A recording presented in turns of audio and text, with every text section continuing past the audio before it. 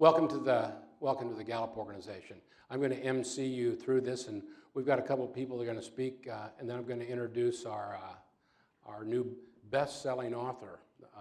His book is #1 on Amazon Mover and Shakers list today. And what's it in the world? I know you're not following it very closely.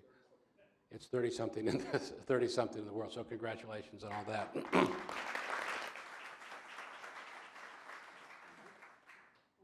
We have a really important American here today, and for those of you that know Gallup, our biggest business sector around the world is actually banking.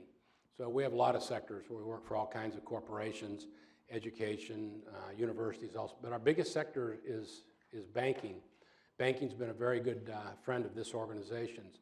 I'm on John's board at Operation Hope. For those, I think most of you know that John has built a colossus organization called Operation Hope. And John, I would say as a board member that our best friends are banks at Operation Hope. The banks have an organization here in town that's a real powerhouse called the Financial Services Roundtable, and its CEO is here today.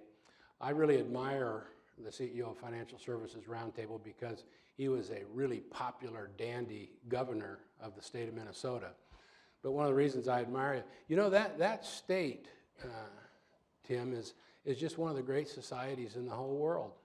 And, you know, the advancements that you all have, I mean, from health being the very first, I think, big city to ban smoking, to, I mean, such a great business environment, but congratulations on all the work you did there. I want to say one other thing too, not to be too solicitous, but he was a really dandy presidential candidate. I mean, really, really well qualified and had great experiences, and hopefully will be a presidential candidate again. So thank you for all you do. Please welcome Governor Tim Pawlenty.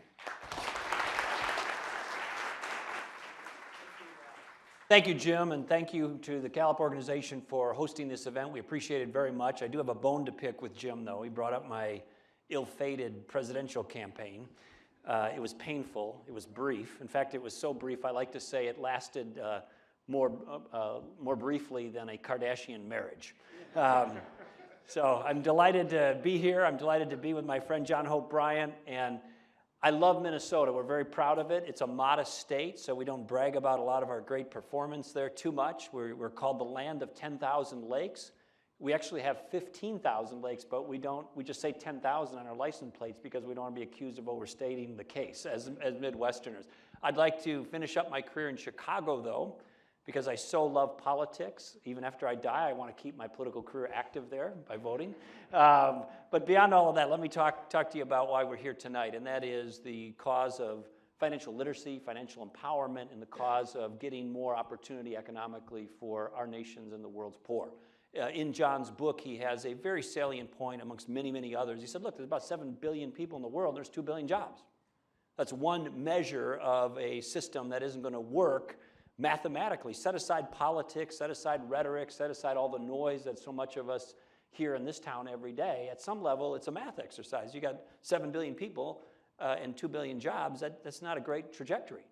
So we need to get those who are disenfranchised, disconnected, not aware, not empowered, don't have opportunity connected to the big engine that is the economy of this country, and hopefully more broadly than that. How do we do that? John's book provides a prescription for that. But first of all, take somebody who's got a platform with a vision, who excites people, educates, ignites, catalyzes activity, excitement, and enthusiasm. He's got all of that as a leader, as do many others in this room. So thank you for your vision. Thank you for being the spark plug for so much of this discussion. But as Thomas Edison said, vision without execution is delusion. So I don't think John's delusional. In fact, I know he's not. And the big gap then between the book and the result is execution. And so much of what he does and so many people in this room do in the nonprofit world and otherwise is to fill that delta. So we all need to be working together. I'll just make one final point because I know Jim is a very strict disciplinarian when it comes to time, and my time is 5 minutes. You can't connect to the economy of today and tomorrow unless you have a skill or an education. So the world that was in my dad's generation, I grew up in a meatpacking town. My dad was a truck driver. My mom died when I was in 10th grade, and I'm the youngest of 5 kids, none of whom went to or graduated from college. So my experience was, as a 10th grader, mom's dead, dad's unemployed. He got laid off from his job not too much long after my mom died. And I realized a number of things, one of which is I better get my rear in gear when it comes to getting an education. So back in the day, if you missed the educational rung because you were disenfranchised, disconnected, whatever, as long as you weren't disabled, you could go down to the meatpacking plants in my hometown and make a living wage job for you and your family with benefits. Those kinds of jobs, the jobs that my dad used to call strong back jobs, are mostly gone, at least at the level of pay and benefits that we knew in the 50s and 60s. So now the challenge and the opportunity is we need to get more folks having a skill or an education that allows them to connect to the economy of today and tomorrow. If we don't have that, you get marginalized in a big hurry. One component of that is financial literacy and understanding personal finance. There's a lot of great programs, there's a lot of great technology, there's a lot of great nonprofits, there's a lot of great speeches, there's a lot of great everything going on in this space, but it's too little, too slow, not deep enough, not scalable, not nationwide. So we're really excited about the cause of trying to get, as one piece of a much larger need, it's not the only piece, as many people as possible more educated and further educated and more aware about personal finance and financial literacy. You can't, even if you can get money, you can't optimize what you can do with it unless you have some awareness and education around that. My personal view is the best way to do that is embedded in school curriculum across the country. It's a big country.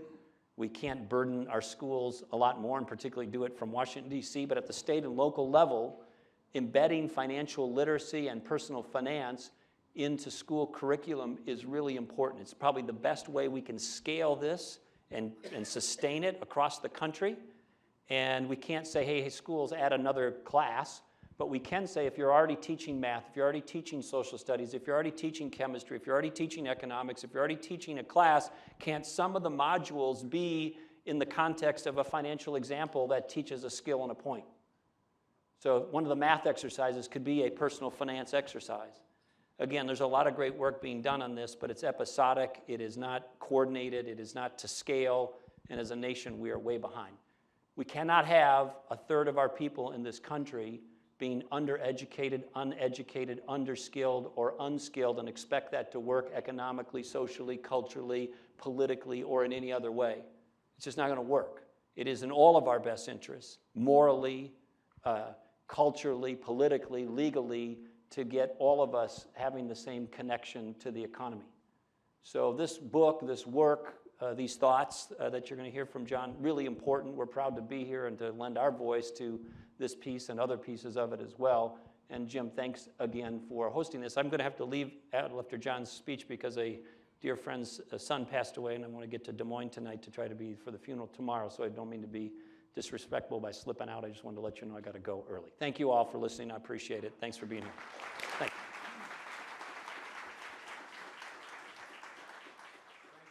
Thank you, Governor.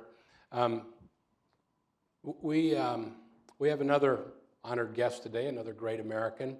I have a lot of admiration for him. I've never met him until today.